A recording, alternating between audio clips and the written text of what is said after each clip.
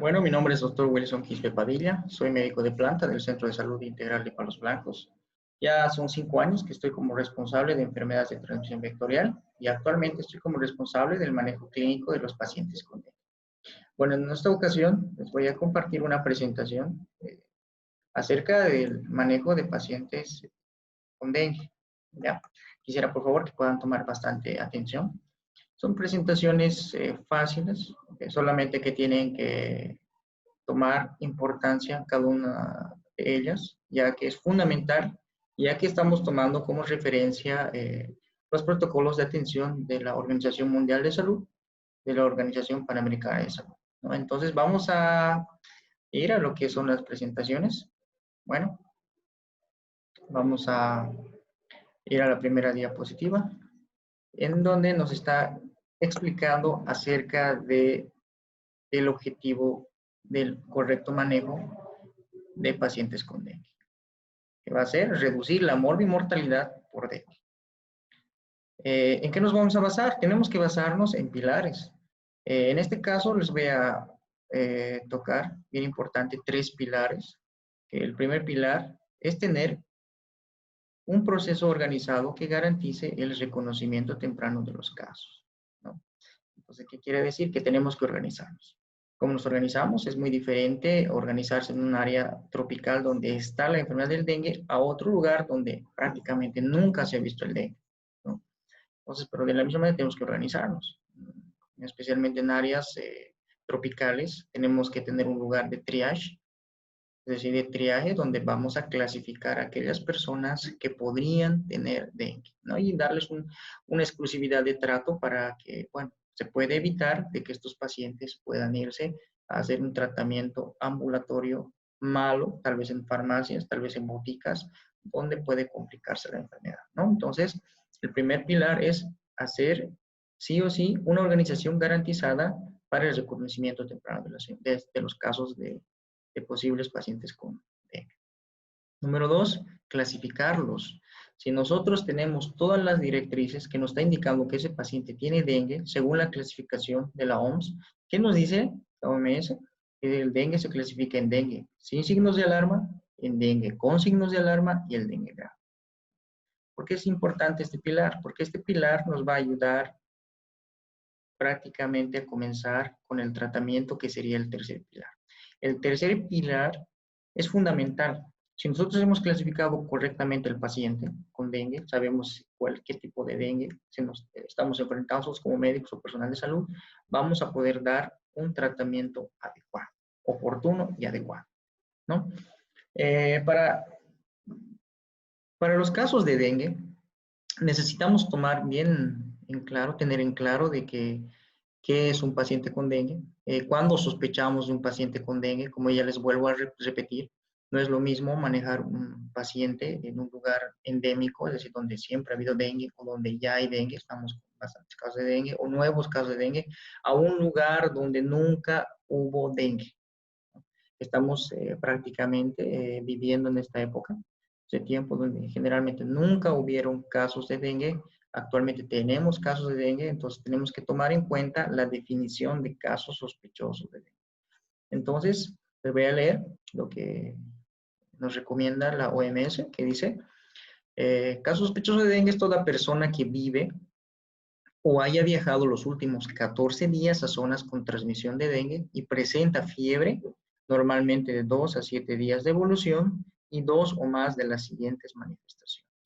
Náuseas, que pueden llegar al vómito, cefalea, un dolor retroorbitario, mialgias, artralgias, exantema, petequias o prueba de torniquete positiva y laboratorialmente un descenso de los leucocitos que lo conocemos como leucopenia. Voy a explicarles un poquito esta diapositiva.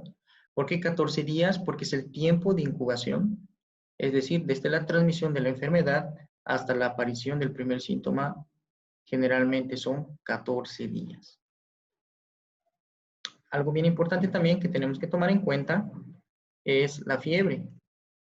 No he conocido un dengue, hasta ahora no he visto un dengue que no haya presentado fiebre. Como podemos acá ver, la fiebre es uno de los signos, un signo bien importante que nos va a ayudar a que nosotros podamos tener una buena dirección a lo que estamos viviendo, a lo que vamos a vivir en cuanto a la enfermedad del dengue, ¿no? Esta fiebre normalmente va a durar entre 2 a 7 días, generalmente dura en este tiempo, ¿no? Posteriormente esto, como ya les voy a hablar más adelante, el dengue tiene fases. Tenemos que ver en qué fase podría estar el paciente. Puede estar en una fase crítica, donde se va a manifestar ciertos síntomas, ciertos signos, los que prácticamente aquí en la definición del caso se toman en cuenta, que son náuseas, que pueden llegar al vómito, cefalea, un dolor retroorbitario que la gente generalmente te dice que es un dolor que prácticamente sienten como si les va a explotar los ojos, mialgia, dolor de huesos, dolor de sus músculos, aparición de puntitos rojos en el cuerpo, los que se manifiestan con una prueba de torniquete, y laboratorialmente, ¿no? Va a haber un descenso de los leucocitos, que esto es la leucopenia.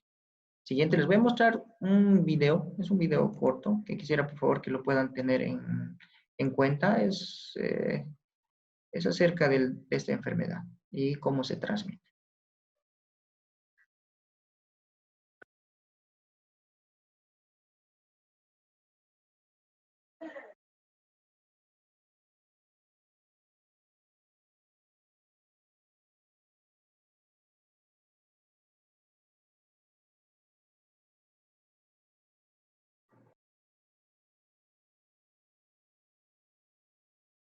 Comienza a infectar las células inmunológicas de la piel.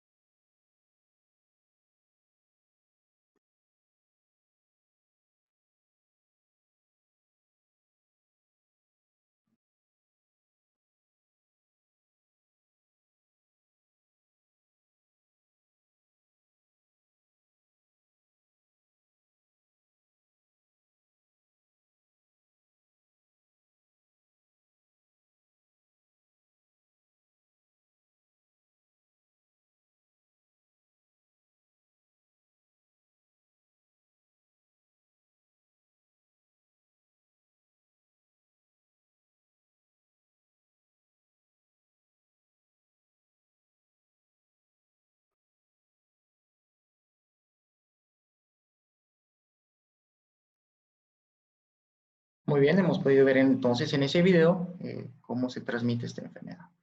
Bueno, ya les voy a volver a repetir, la OMS, la OPS, han clasificado esta enfermedad en dengue, como podemos ver, dengue sin signos de alarma, dengue con signos de alarma y dengue grave.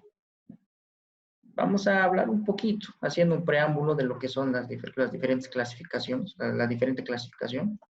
Dengue sin signos de alarma. Una persona que vive o ha viajado los últimos 14 días a zonas de transmisión de dengue y presenta fiebre habitualmente de 2 a 7 días de evolución y 2 o más de las siguientes manifestaciones, ¿no? Volvemos a repetir, náuseas, vómitos, exantemas, cefalea, mialgias, petequias, leucopenia y plaquetopenia, eso laboratorialmente. Cuando decimos que es un dengue con signos de alarma, es muy importante saber, porque generalmente uno no sabe en qué momento el paciente que tiene dengue va a pasar a presentar signos de alarma. Generalmente, un dengue muchas veces solo tiene fiebre, unos cuantos días presenta náuseas, presenta dolores articulares y listo. La persona termina tranquila. Generalmente, pero como les vuelvo a explicar, puede pasar esta persona que tiene dengue, puede pasar a otra fase, vamos a decir otra fase, que es, puede presentar signos de alarma. Puede presentar lo siguiente, como dice los datos de criterio, nos dice, todo caso de dengue que cerca y preferentemente a la caída de la fiebre, presenta uno o más de los siguientes signos. Primero, dolor abdominal, que según estudios es el que más frecuentemente se presenta, es uno de los signos de alarma que generalmente más se presenta, dolor abdominal, vómitos persistentes, acumulación de líquidos, estos pueden ser convertirse en una ascitis, un derrame pleural, un derrame pericárdico, sangrado de mucosas, por lo que podría ocasionar su letargo y irritabilidad en algunos pacientes, especialmente en niños o en personas que son adultos mayores. Una hipotensión postural puede llegar a los desmayos inclusive, una hepatomegalia, un aumento progresivo del hematocrito, que más adelante les voy a ir explicando poco a poco, una elevación de las transaminasas, es decir, que el paciente ya por elevación de las transaminasas, un proceso hepático, van a dejar de comer. Una plaquetopenia, es decir, las plaquetas van a disminuir. Y el dengue grave ya es todo un caso de dengue que tiene una o más de las siguientes manifestaciones, que es el shock, un sangrado grave y además un compromiso grave de órganos, ¿no? Quiero explicarles, aquí abajo tengo, aquí pueden observar una flechita donde dice la clasificación del dengue con signos de alarma y dengue grave, sí o sí requieren una observación estricta y también una intervención médica inmediata. Vamos a hablar del diagnóstico. El diagnóstico, evaluación de la fase y severidad de la enfermedad. ¿Qué tenemos que ver? Primero, ya les vuelvo a recalcar, hemos hecho una clasificación de este paciente, ya hemos determinado por los síntomas, por los signos, además por los antecedentes epidemiológicos, perdón. Entonces tenemos que ver y tenemos que preguntar, ¿es dengue? Ese paciente que estamos recibiendo nos dice que tiene fiebre, ha presentado fiebre, ha tenido contacto tal vez con una persona que tenía dengue, entonces nos preguntamos, ¿es dengue? Ahora, si nosotros decimos si es dengue, ¿en qué fase está? ¿En qué fase de dengue? Si está en la fase febril, si está en la fase crítica o está en la fase de recuperación. Más adelante les voy a explicar un poquito más en cuanto a las tres fases. Lo tercero, tenemos que saber si existen signos de alarma o comorbilidad. El cuarto, tenemos que saber cuál es el estado de la hemodinamia e hidratación del paciente. Y por último, el paciente requiere hospitalización. Es una pregunta que tenemos que hacernos. Según la clasificación, más adelante les voy a explicar cómo es. En cuanto al curso clínico de la enfermedad, vamos a decir que el dengue se divide en tres fases. Este cuadrito es muy práctico. Yo, la verdad, este cuadrito, mire, es desde 1980 que se ha adaptado hasta la actualidad. Prácticamente nos ha servido bastante. Yo, por experiencia, les digo, nos ha ayudado bastante a nosotros poder tener, precautelar, monitorizar en su debido momento al paciente. ¿Por qué? Porque tenemos que saber discernir en qué fase está el paciente. Ya sea si lo estamos recibiendo en emergencias, tenemos que saber en qué fase está el paciente para que nosotros podamos tomar decisiones oportunas. La primera fase es la fase febril. La segunda fase es la fase crítica y la tercera fase es la fase de recuperación. Generalmente la fase febril dura entre 3 a 7 días. De eso no nos vamos a poder perder. ¿Sí? Pero comienza siempre la enfermedad del dengue con fiebre, una fase febril. La segunda fase es una fase crítica. Esta fase crítica viene posterior a la defervescencia de la fiebre. ¿Esto qué quiere decir? Cuando la fiebre está ya disminuido, prácticamente ha desaparecido, es cuando nosotros tenemos que tomar bastante cuidado. Porque generalmente la fase crítica es donde puede ocurrir las complicaciones en un paciente con dengue, ¿no? El paciente puede tener bastante clínica, bastante sintomatología, y si nosotros no nos damos cuenta qué fase está el paciente, puede pasar una fase bastante complicada. Y por último, la tercera fase, como les había explicado, la fase de recuperación es una fase donde el paciente ya va a sentir mejoría de su cuadro clínico, ya va a poder comer, ya va a poder, él mismo ya se va a sentir tranquilo, con deseos de realizar algunas cosas que no podía realizarlas mientras estaba enfermo. La fase febril, la temperatura generalmente, como podemos ver acá en la primera fila, generalmente llega desde 39 hasta 40 grados. Los primeros días, generalmente entre primero, luego posteriormente va descendiendo poco a poco la fiebre, ¿no? ¿Qué pasa? ¿Cuál es el evento clínico potencial en esta etapa, en esta fase? Es la deshidratación. No nos olvidemos que esta enfermedad está en áreas tropicales, donde hay bastante calor. ¿No? El municipio de Palos Blancos, un lugar donde generalmente la temperatura llega hasta 32, 34 grados centígrados, bastante caluroso, especialmente en tiempo donde existe un factor de riesgo que es la falta de agua y más el calor, nos complica bastante a la gente de este municipio, ¿no? Entonces es bien importante también en un cambio de laboratorio, nosotros también tenemos que saber, pero más adelante les voy a explicar también que no es, hay algunos centros que no cuentan con laboratorio, no necesariamente necesitan tener un laboratorio para saber si es dengue o no es dengue, si lo van a tener en su centro o lo van a transferir, pero un cambio de laboratorio es el hematocrito. Otro cambio de laboratorio es la plaqueta, ¿ya? Vamos a hablar del tema de temperatura. La temperatura, como se ha explicado, dura entre 3 a 7 días, ¿no? Cuando ya está en su defervescencia, es decir, cuando ya el paciente te dice, doctor, ya no tengo fiebre. Generalmente vienen pacientes al servicio de emergencias, donde generalmente se hace triage, ¿no? Se hace un triaje donde se pregunta al paciente cómo está. A veces cometemos el error de rechazar a algunos pacientes, es decir, lo mandamos por consultorio externo de un paciente que dice, doctor, tengo un dolor de estómago. Muchas veces hay colegas, tal vez podrían cometer el error de decir, vamos a tomar signos vitales, vamos a ver si tiene fiebre, si no tiene fiebre, va a ir por consultorio. Pero el paciente está diciendo, tengo un dolor de barriga. O si no, el paciente te va a decir, doctor, he venido, me ha sangrado la nariz. No pareciese emergencia, un sangrado de nariz, pero está sangrado ahorita, no, ya no estoy sangrado. O doctor, he vomitado. O doctor, me duele la barriga. O doctor, no tengo apetito. Entonces ahí les estoy explicando bien claramente que tras la defervescencia de la fiebre puede comenzar una fase con complicaciones, es decir, signos de alarma, ¿no? La deshidratación es bastante importante porque, si bien les he dicho, hay lugares donde es caliente, de por sí la gente se va a deshidratar y peor si uno no tiene apetito, si está con vómitos constantes, si está con náuseas, pues no va a consumir líquido, entonces va a haber una mayor deshidratación, ¿no? Además de lo que es el paso del líquido intravascular al tercer espacio, entonces es una fase por la que le llamamos una fase crítica. Puede haber aquí datos de choque, datos de hemorragias y datos de afectación de órganos. En esta parte es bien importante recalcarles, les voy a hablar un poco del hematocrito. El hematocrito generalmente tiende a subir, ¿no?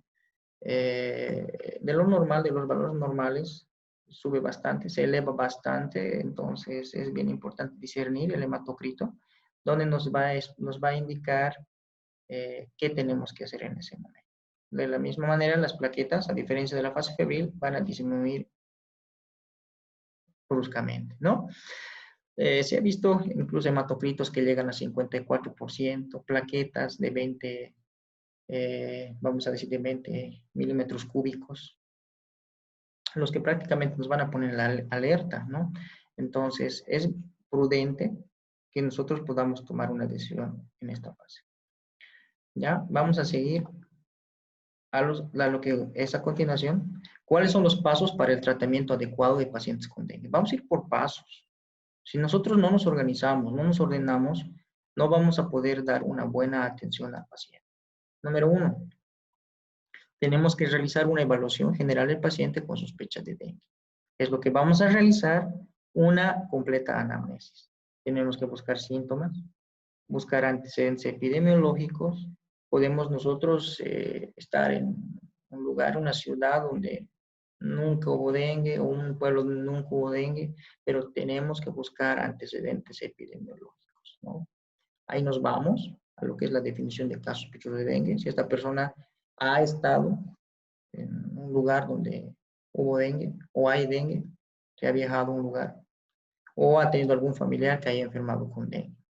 Antecedentes patológicos es muy importante porque es muy diferente manejar un paciente con dengue que no tiene una enfermedad de base a una persona, vamos a decir un adulto mayor que sí tiene una comorbilidad o una mujer embarazada que tal vez está llevando una infección, ¿no? Entonces tenemos que ver un antecedente patológico, que es muy importante.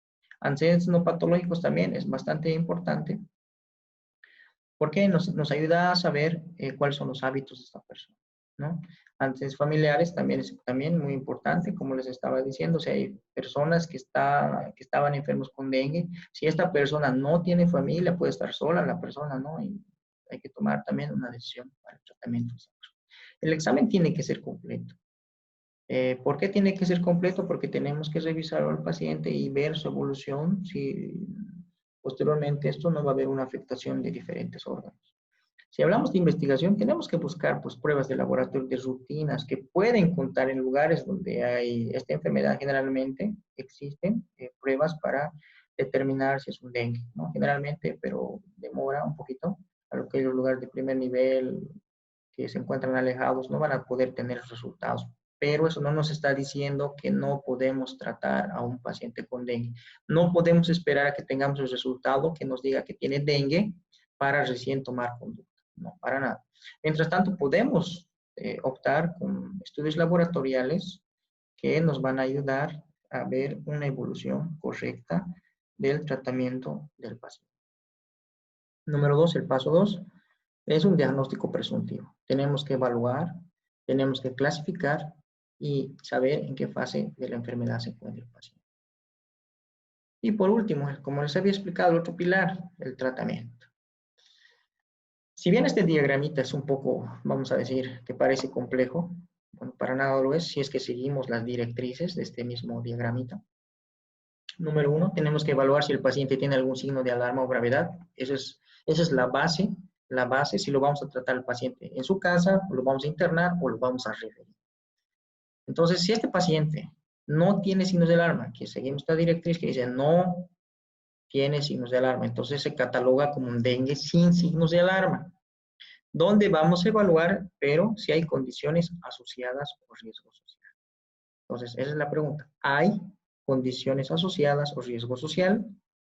No, si no hay, se cataloga como grupo A, que dice dengue sin signos de alarma, pacientes que pueden ser tratados en su hogar. Ah, muy bien, no hay condiciones asociadas ni riesgo social, lo trato en su domicilio la persona, ¿no? ¿Cuáles son los criterios de grupo?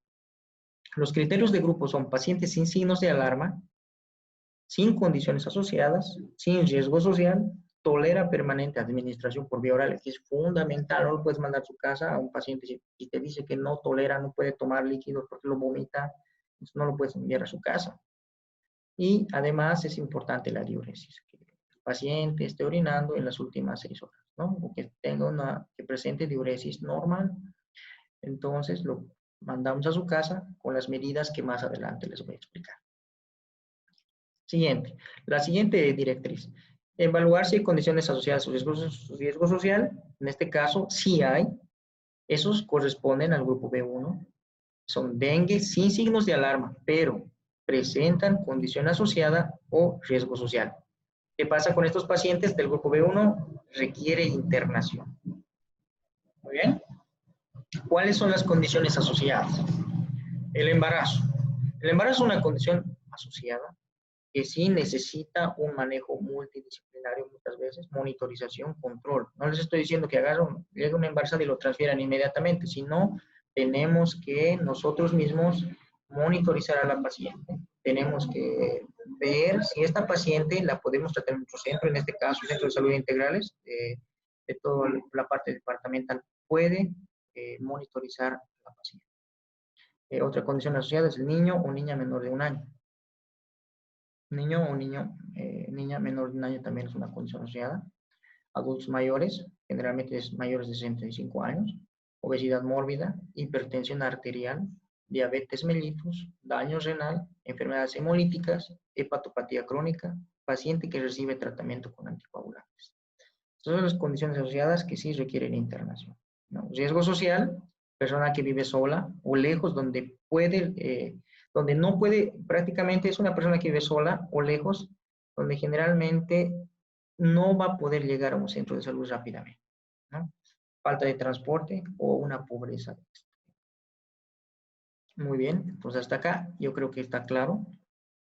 Nos vamos a ir ahora en esta parte, esta directriz donde dice si presenta signos de alarma. Si te dice que sí presenta signos de alarma o gravedad, sí, nos vamos a ir a este diagramita donde dice grupo B2, dengue con signos de alarma.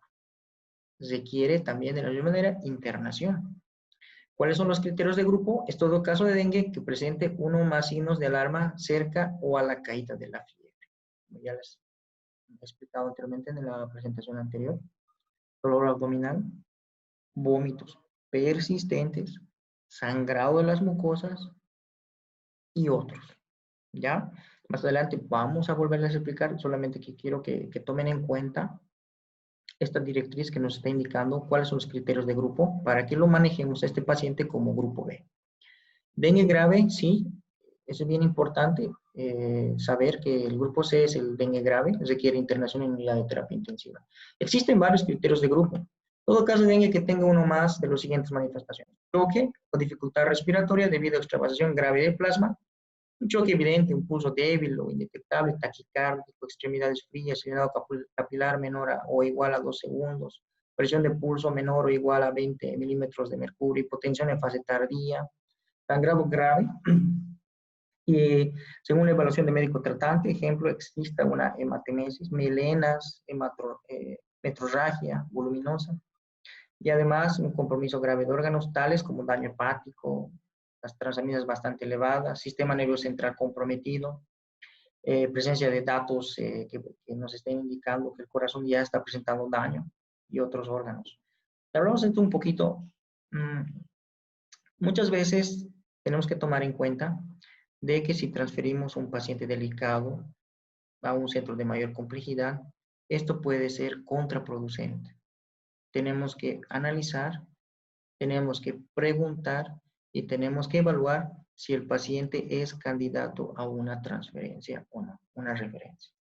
Hay que ver en qué va a ser transportado, hay que ver también cuánto tiempo el paciente va a viajar para llegar al lugar de mayor complejidad. ¿Por qué? Porque podría ser contraproducente para el paciente, ¿no? Más adelante vamos a explicar un poquito más. Es bien importante saber, ¿por qué he puesto esa presentación? Porque es importante saber que a pesar de tanta variedad de expresiones clínicas, el dengue no es por sí decir que es fiebre y nada más, sino que existe varias expresiones clínicas, pero a pesar de todo esto, el dengue es solamente una enfermedad. A menudo de evolución clínica y resultados impredecibles. No podemos saber cuando un paciente te viene y tú ya por ojo clínico, tú eres experto, tú eres capo, tú eres todo, ves al paciente y dices, es dengue, muy bien, pero nunca vas a poder decir cómo el paciente va a terminar con esto. ¿Por qué? Porque existe un aumento de la permeabilidad del endotelio capilar, con consecuente salida de líquidos, electrolitos y proteínas vamos a decir plasma, del espacio intravascular hacia otros tejidos y cavidades del organismo.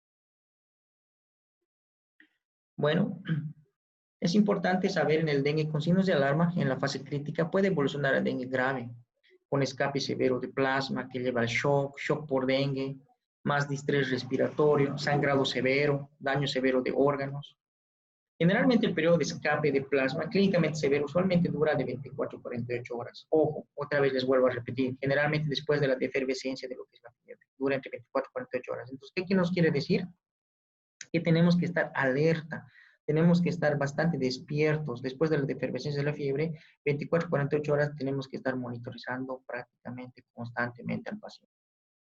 Vamos a empezar con lo que es el tratamiento de las personas con dengue. Grupo A, ya les explicamos adelante, si van a, ustedes pueden revisar más después la presentación, sería maravilloso. El dengue sin signos de alarma, el manejo es ambulatorio. Tratamiento y monitoreo es fácil. Controlar la fiebre es lo más importante. Controlamos la fiebre y además prevenimos la deshidratación. Manejen esas dos cosas. Si bien vemos en esta presentación bastantes letras, pero aboquémonos en controlar la fiebre y prevenir la deshidratación. ¿Cómo controlamos la fiebre? Administrando paracetamol. ¿Ya? En adultos se puede prescribir 500 miligramos cada 6 horas, una dosis máxima hasta de 4 gramos. En niños tenemos que tener bastante cuidado. La dosis a usar es de 10 a 15 miligramos, kilogramo dosis cada 6 horas. ¿Ya? Ojo, hasta en esta parte tenemos que tener mucho cuidado.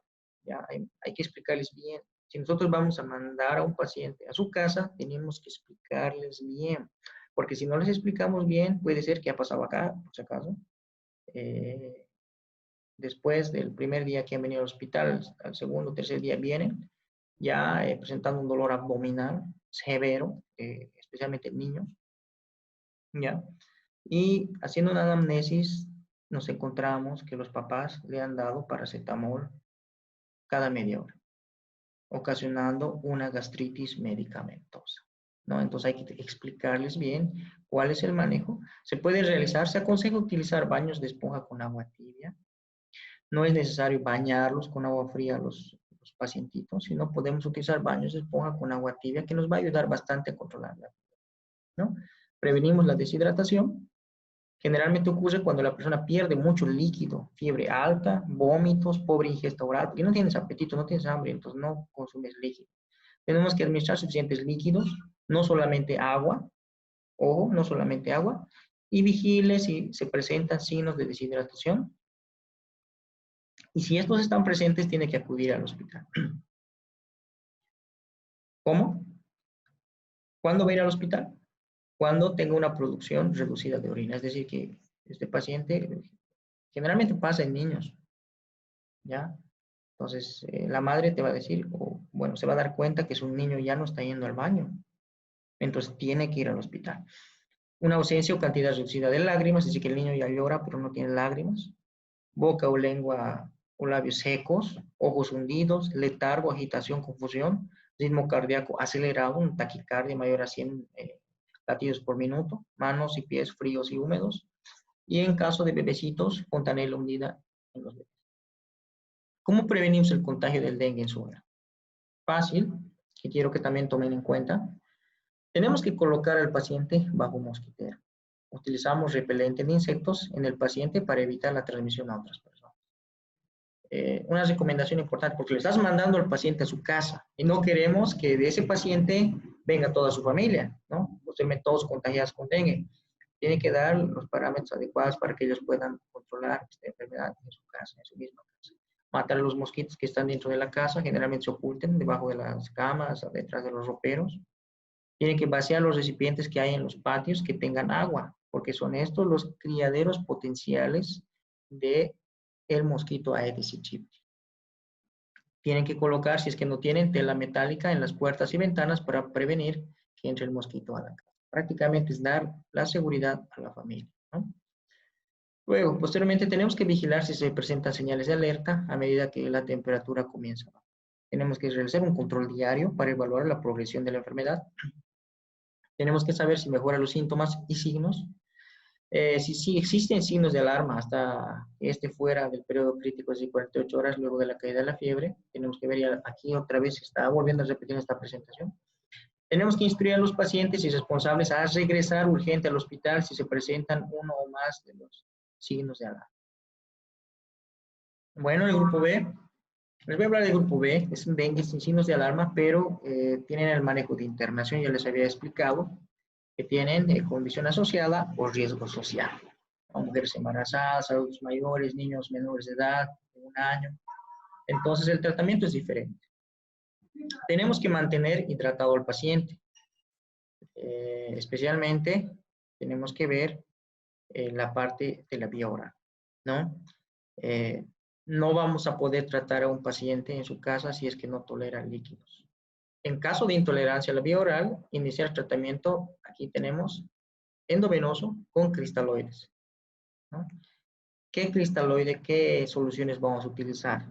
Zinger lactato o solución salina fisiológica 0.9% a dosis de mantenimiento. ¿Cómo vamos a comenzar? Es muy importante saber también el peso del paciente para que podamos utilizar bien los líquidos vía endovenosa. No podemos sobrecargarlo también de volumen a un paciente porque esto sería contraproducente para el mismo.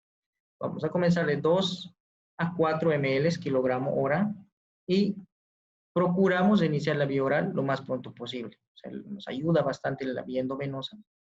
Hacemos de que el paciente que está deshidratado vaya mejorando. Muchas veces he visto colegas también que utilizan varios métodos de rehidratación, pero como ya les he explicado, a veces hay que monitorizar al paciente constantemente y no lo podemos dejar con una sola infusión de cristaloide y dejarlo así hasta el día siguiente, ¿no? Puede complicarse.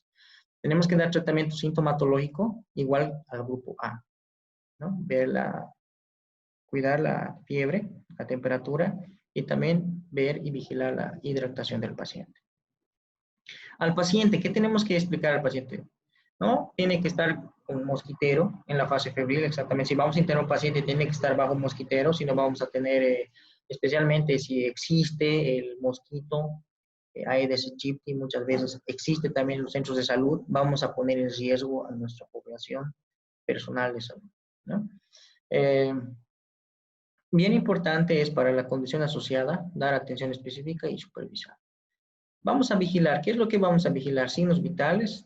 Es bastante importante. Generalmente se tiene que controlar cada 4 horas, cada 2 horas, dependiendo a cómo lo vean al paciente. Pulso, frecuencia cardíaca, frecuencia respiratoria, temperatura, y es importante la presión arterial, ¿no? Generalmente cae en la enfermedad del dengue. Ya tenemos que ver la curva de temperatura, es muy importante también. Equilibrio hídrico, ingresos y egresos, es muy importante saber las veces que el paciente está orinando o si no está orinando. Signos de alarma, en especial el día que cae la fiebre. Podemos utilizar laboratorio según el tipo de condición asociada. Podemos solicitar hematocrito, leucocitos, glucosa, electrolitos, entre otros. No, eso es libre. Generalmente, por experiencia, yo les digo, no hay un parámetro que nos diga que solamente tenemos que pedir una sola cosa, ¿no? Pero sí tenemos que pedir, tampoco lo podemos sacar al paciente, no podemos sacar al paciente constantemente análisis de sangre. Tenemos que ser muy criteriosos al respecto. Pero sí se nos aconseja tomar muestras de hematocrito y plaquetas y leucocitos cada 24 a 48 horas, ¿no? Además, tenemos que educar a los mismos familiares quienes van a estar preocupados sobre los signos de alarma que pueda estar presentando su familia. En cuanto al grupo B, el grupo B es el dengue con signos de alarma, manejo en internación. Estos ya tienen signos de alarma, nos vamos a enfocar un poquito más en estos pacientes. Todo caso de dengue que presente uno o más signos de alarma cerca de la caída de la fiebre. ¿Qué laboratorios vamos a necesitar? Necesitamos un hemograma completo antes de hidratar al paciente. Opcional, hay otros estudios como pueden ver acá, un electrocardiograma, podemos ver las transaminasas, enzimas hepáticas, proteínas totales, fracciones glicemia, grupo sanguíneo y factor LH. Podemos solicitar también ecografía abdominal, placa de rayos X y obviamente la muestra para que podamos enviar al laboratorio para ver si es dengue o no es dengue. Esto generalmente, como ya les estoy explicando, no podemos tomar una decisión de esperar a que tengamos esos resultados para saber uno si es dengue, ¿no? Prácticamente es bastante clínico, bastante criterioso. Tratamiento, administrar los pacientes vía endovenoso. Estos pacientes generalmente, por experiencia con signos de alarma, ya vienen mal, presentan un dolor abdominal severo, vienen con sangrado, gingivorragia, vienen en estado de irritabilidad, especialmente los niños. Entonces, obviamente, si están viniendo así, no van a poder ingerir ningún líquido vía oral. Entonces, ¿qué se recomienda? Utilizar de la misma manera soluciones Ringer lactato o Hartmann o solución fisiológica 0,9% por si acaso. Iniciar con 10 miligramos, 10 ml kilogramo en una hora. Luego regular de acuerdo a la respuesta clínica. Tenemos que reevaluar, ¿no? Entonces, en una hora administramos 10 ml, un paciente que pesa 60, lo vamos a administrar 600 ml kilogramo en una hora. Luego lo vamos a evaluar. El manejo del dengue consiste en reevaluar al paciente constantemente. Ojo, no se olviden eso. Si persisten los signos de alarma y la diuresis es menor de 1 ml kilogramo hora, tenemos que repetir la carga con cristaloide isotónico. De esa manera podemos usar el Ringer lactato, Hartmann o solución fisiológica, si es que no contamos con esas soluciones. Hasta 1 a 2 veces más, es decir, hasta 3 veces podemos realizar esta acción. Más adelante les voy a explicar un poquito más, ¿no? Hemos tomado muestra de laboratorio donde posiblemente o probablemente el hematocrito estaba bastante elevado. Luego de hacer el primer bolo de carga, vamos a volver a repetir, donde vamos a evidenciar que la evolución del hematocrito se ha descendido, o en todo caso muchas veces se mantiene. Entonces ahí nos da un parámetro para que nosotros podamos seguir colocando los bolos de líquido, ¿no? En centros que no tienen también, no podemos esperar, como ya les he explicado, no podemos estar enviando, pues hay lugares, hay centros donde su centro más próximo de mayor complejidad está a 4 horas, 6 horas, no podemos estar esperando porque el paciente va a llegar peor deshidratado, más la transferencia dentro de la ambulancia. prácticamente va a ser contraproducente en el paciente. Entonces tenemos que ser meticulosos, tenemos que ver y preguntar al paciente, ¿no? Observar sus signos vitales, ¿no? La temperatura, la presión arterial, la frecuencia cardíaca, la frecuencia respiratoria. Y nosotros mismos nos vamos a dar cuenta si el paciente está o no está mejorando, ¿no?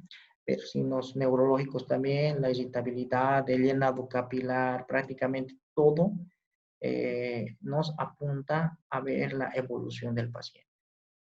En la revaluación, si se observa mejoría clínica y la diuresis es mayor o igual a 1 ml kilogramo hora, tenemos que hacer, entonces reducimos el goteo. Ya no vamos a usar a 10, sino vamos a reducir a 5 a 7 ml kilogramo hora y continuamos de 2 a 4 horas. Es decir, el paciente lo ponemos con este goteo o con esta carga para 4 horas, ¿no? Si continúa la mejoría clínica, reducimos. ¿Qué quiere decir? Mejoría, reducimos, ¿no? Es decir, reducimos 3 a 5 ml kilogramo hora por 2 a 4 horas más. Luego continuamos el goteo a razón de 2 a 4 ml kilogramo hora por 2 a 4 horas según la necesidad del paciente. Hasta ahí ya me imagino que desde que un paciente ha llegado con signos de alarma, dolor abdominal, datos de shock, sangrado, hasta la administración de esto, me imagino, ya en un paciente de 60 kilogramos ya hubieran entrado 1800 ml, ya un poquito más de 12 horas, donde el paciente ya prácticamente está estable. Tenemos que reevaluar constantemente, como les digo, hay que reevaluar. Pero, ¿qué pasa? El estado clínico del paciente, si repetimos el hematocrito y si continúa igual o tiene aumento mínimo, continuamos el goteo a razón de 2 a 4 ml kilogramo hora por 2 a 4 horas más. Si hay deterioro de los signos vitales o incremento rápido del hematocrito, tratar como grupo. ¿Esto qué quiere decir? Que ya hemos dado 3 cargas, hemos hecho todo lo necesario con el tema de la hidratación, pero no nos da resultado, los signos vitales prácticamente lo podemos ver bastante alterados, los signos, la sintomatología del paciente están bastante preocupantes, delicados, críticos, vamos a decir, ya lo vamos a manejar como grupo C. Nota, es algo bien importante que tenemos que reducir gradualmente la velocidad de los líquidos cuando el volumen de fuga de plasma disminuya o haya finalizado la fase crítica, ¿no? Monitorizamos. ¿Qué monitorizamos en esta etapa? Vigilamos la hipotensión, signos vitales, la perfusión sanguínea periférica, diuresis horaria, controlamos el hematocrito, la glicemia, otros laboratorios de función o daño orgánico.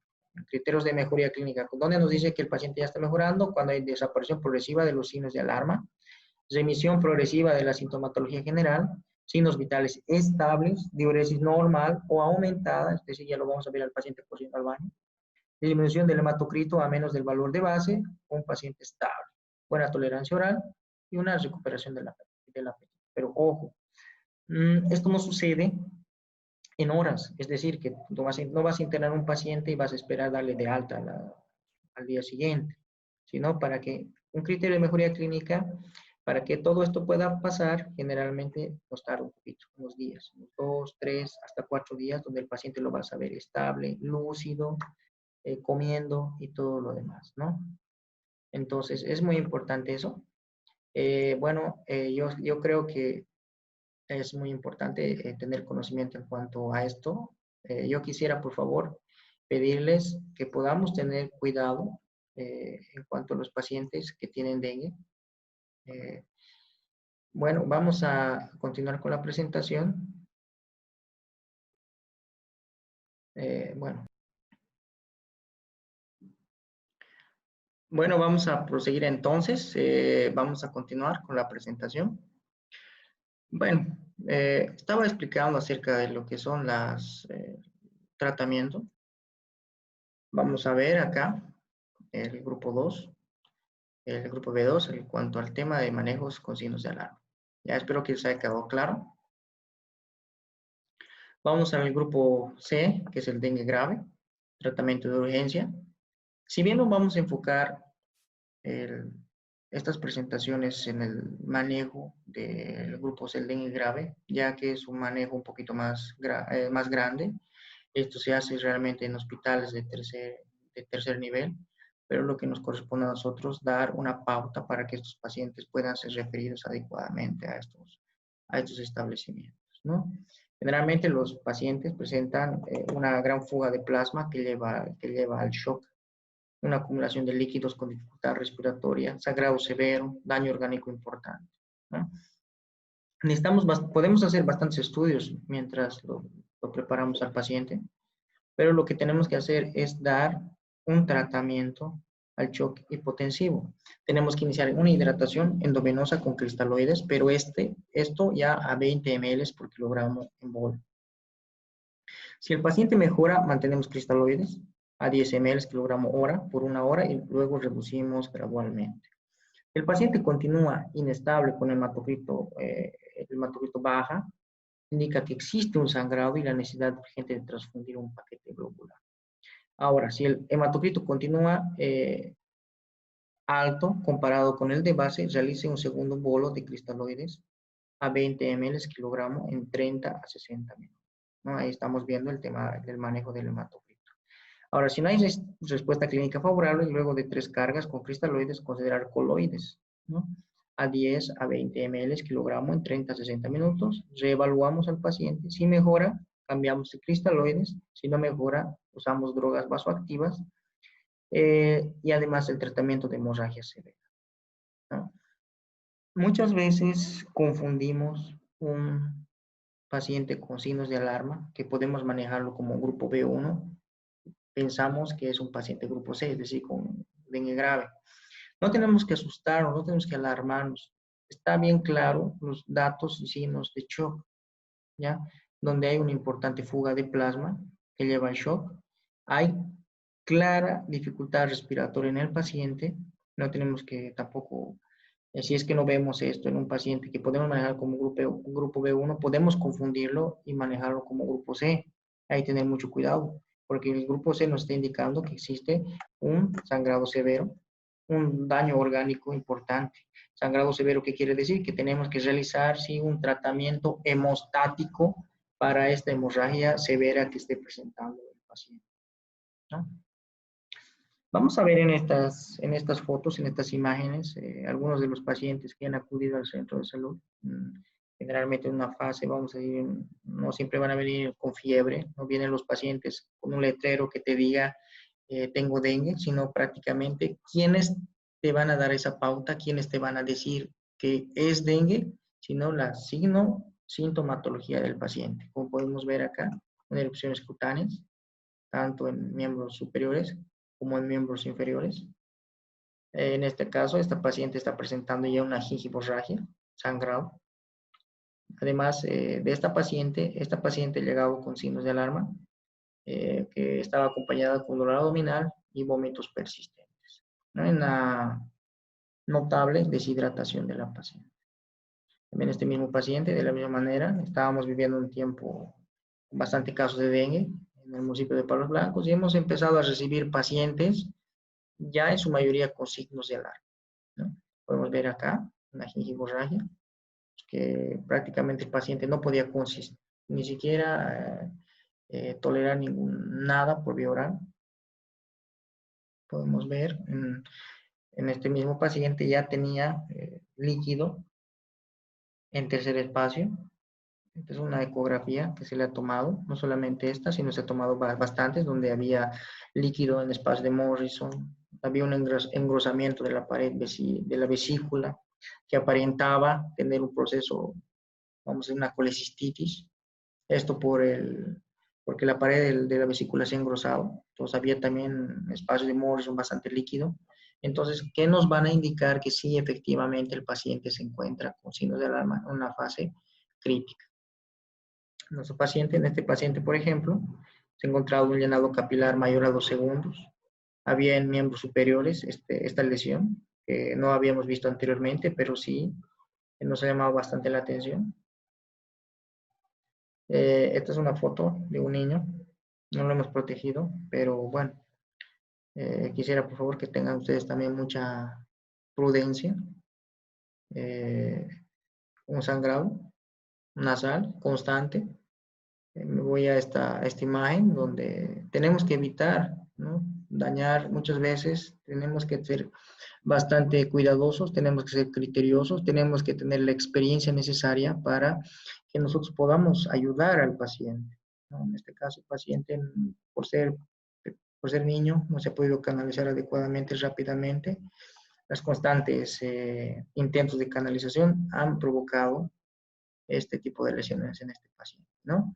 Muchas veces hemos visto también en nuestro hospital, generalmente cuando los pacientes tienen dengue, se les intenta canalizar y al día siguiente, después de la canalización, presentan una equimosis bárbara, grande. Entonces, si nosotros no orientamos al paciente, no le explicamos bien al paciente, entonces incluso podemos tener problemas médicos, ¿no? Bueno, para terminar, ¿por qué estoy repitiendo esta diapositiva? Es para hablar un poquito acerca de los pacientes que tienen condiciones asociadas. En este caso, en el embarazo, es muy importante poder saber en una mujer embarazada su presentación y la evolución en estas mujeres son las mismas que en la población que pueda tener dengue. Es muy importante saber que las personas que son, bueno, las mujeres que están embarazadas, es necesario tener en cuenta ciertas consideraciones. Quisiera que puedan tomar nota. Vamos a decir que una mujer embarazada puede ser severa, la enfermedad del dengue en estas personas. Pueden tener consecuencias bastante devastadoras, tanto para la madre, puede ser también para el producto, ¿no? Dependiendo de las semanas del embarazo, la paciente embarazada generalmente puede producirse un sangrado que se puede confundir con un aborto, ¿no? Entonces, tenemos que tener bastante cuidado en hacer estos tipos de diagnósticos. Tenemos que ver la sintomatología, tenemos que preguntar de entrada a una mujer, especialmente en lugares donde está el presente el dengue, si esta persona no ha tenido fiebre o no ha estado con una persona que ha sido diagnosticada de dengue. Entonces, a partir de las 24 semanas es muy importante. ¿Por qué? Porque se puede confundir, especialmente en estas mujeres, como una amenaza de parto prematuro. Y si se realiza alguna intervención quirúrgica por sospecha de estos casos, una amenaza de parto prematuro, entonces podríamos agravar el cuadro clínico y producir, obviamente, la muerte en estos pacientes, ¿no? El diagnóstico es muy importante, como les vuelvo a repetir, apoyado en la clínica. Es muy importante en estos pacientes, en mujeres embarazadas, monitorizarlas, tener una ecografía, hacer un monitoreo fetal y averiguar si la paciente ha tenido fiebre en los últimos 7 días o si ha tenido contacto con una persona que tal vez tuvo dengue, ¿no? Tenemos que tener bastante presente también que existen mujeres embarazadas que han enfermado con dengue, de las que no, muchas de ellas que hemos tenido experiencia en nuestro centro de salud, no han presentado signos de alarma, es decir, que han tenido un parto en puerperio normal. Pero lo contrario, puede haber dengue con signos de alarma o un dengue grave, donde las presentaciones es prácticamente un poquito más complicada, donde tenemos que tener apoyo multidisciplinario, es un manejo de especialidad ya, o si es que no podemos transferir en el momento a la paciente, por lo menos tener un número telefónico donde nosotros podamos comunicarnos con un especialista, ginecólogo, ginecobstetra, donde nos pueda ayudar para que podamos estabilizar a la paciente, ¿no? O tal vez mejorarla en una condición de que la paciente vaya recuperando, ¿no? Muchas de las preguntas generalmente nos hacen, si está embarazada, el producto puede tener algún daño.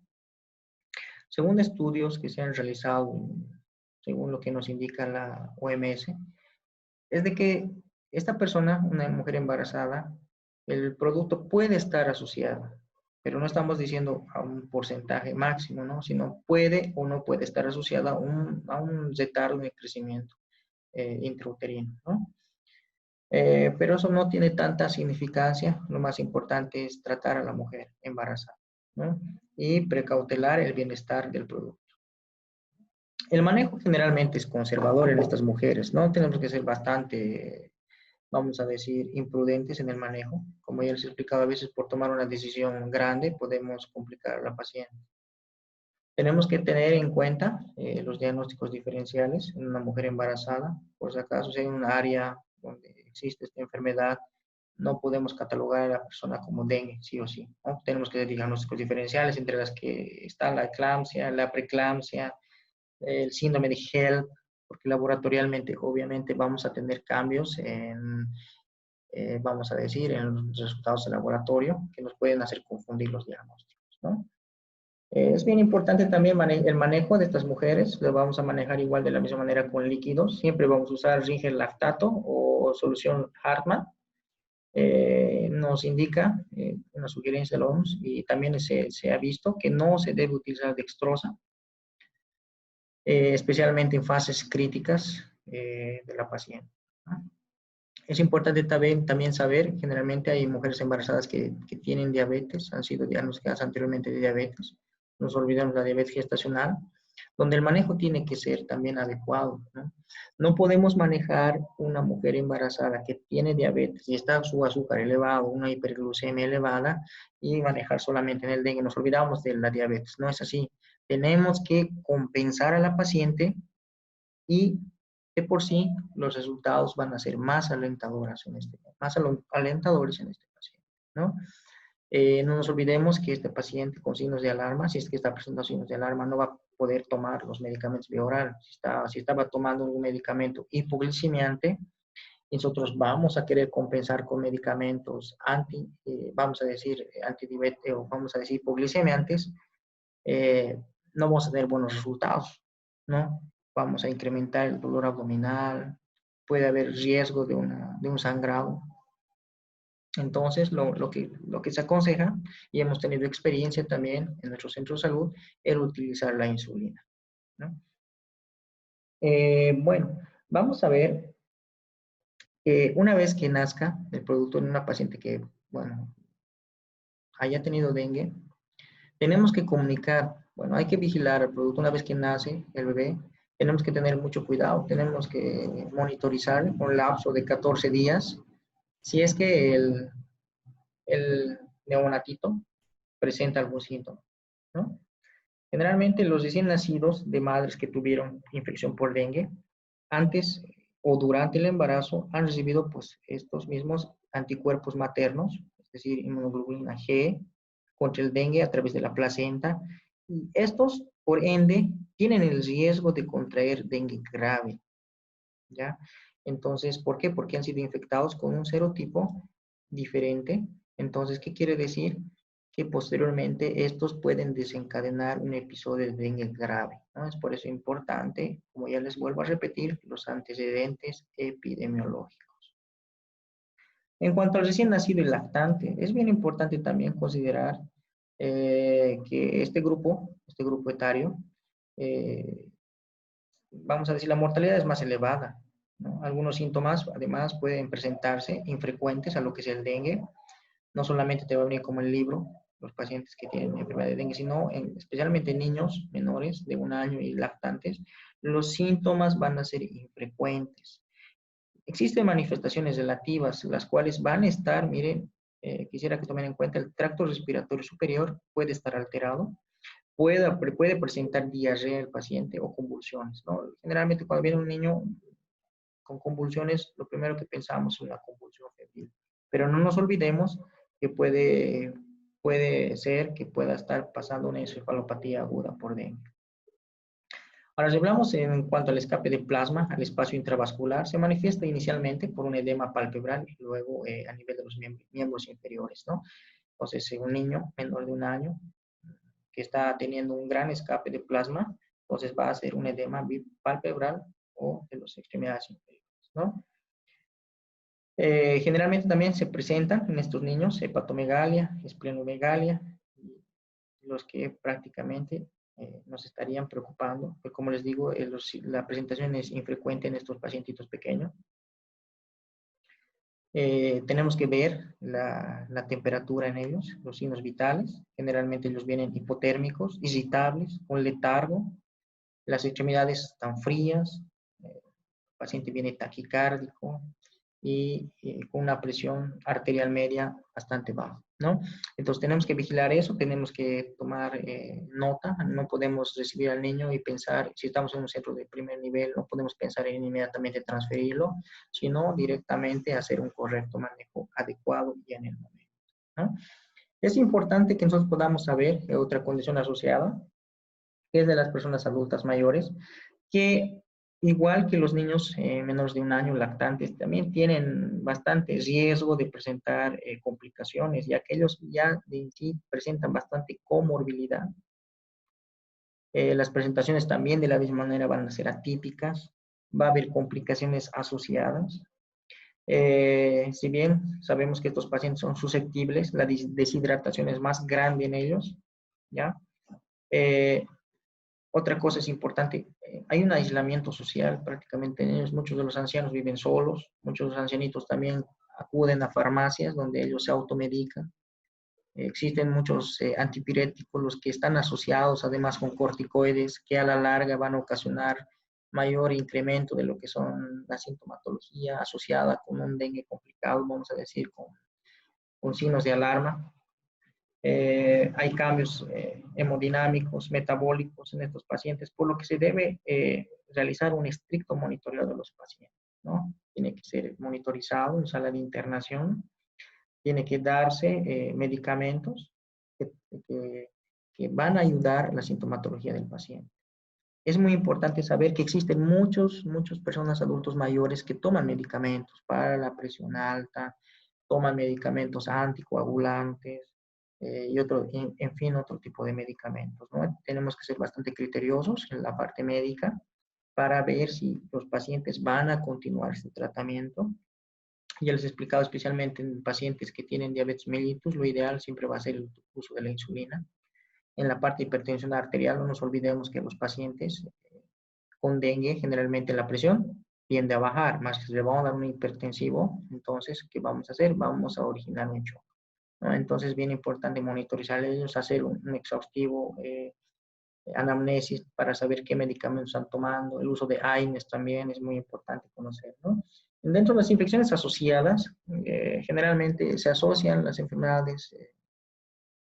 Un paciente con dengue puede estar atravesando un cuadro neumónico, un paciente con dengue puede estar atravesando otro tipo de manifestación, como puede ser una infección de tracto urinario, para lo que tenemos que ser muy cautelosos con la administración de los antibióticos. No podemos utilizar antibióticos de amplio espectro en nuestros pacientes, tenemos que ser muy cautelosos con ellos, hay que monitorizarles, pero sí, evidentemente, tenemos que manejar ambas partes, ¿no? Tenemos que manejar la infección asociada y además tenemos que manejar el dengue, ¿no? Bueno, existen también pacientes que obviamente toman medicamentos para enfermedades osteoarticulares, algunos con anticoagulantes. Es bien importante tomar en cuenta el riesgo-beneficio. El médico tratante tiene que ser bastante cauteloso. El uso de los AINES sería considerar suspender. El uso de la aspirina también se consideraría suspender para que podamos nosotros tener una mejor evolución del dengue, ¿no? Pero esto ya les dejo a criterio de los médicos, que siempre tenemos que tomar en cuenta el riesgo-beneficio, ¿no es cierto? Si el paciente es un anticoagulado y realmente necesita, entonces podemos tomar la decisión, incluso se sugiere que podemos sustituir, ¿no?, una heparina utilizando una heparina de bajo peso molecular. Bueno, en sí, esta enfermedad del dengue es una enfermedad que si nosotros la manejamos bien, es una enfermedad que prácticamente no va a llegar al deceso del paciente, ¿no? Les agradezco por este tiempo, espero que les haya servido un poco. Les sugiero revisar más bibliografía. Yo me he basado en lo que nos indica la OMS, la OPS, además de comentar algunas experiencias que hemos vivido en el centro de salud, en Palos Blancos. Hemos manejado dengues sin signos de alarma, con signos de alarma, y hemos podido recalcar a nuestros demás colegas que el manejo oportuno es lo mejor que se tiene que realizar, ¿no? Les agradezco y hasta nueva oportunidad. Muchas gracias.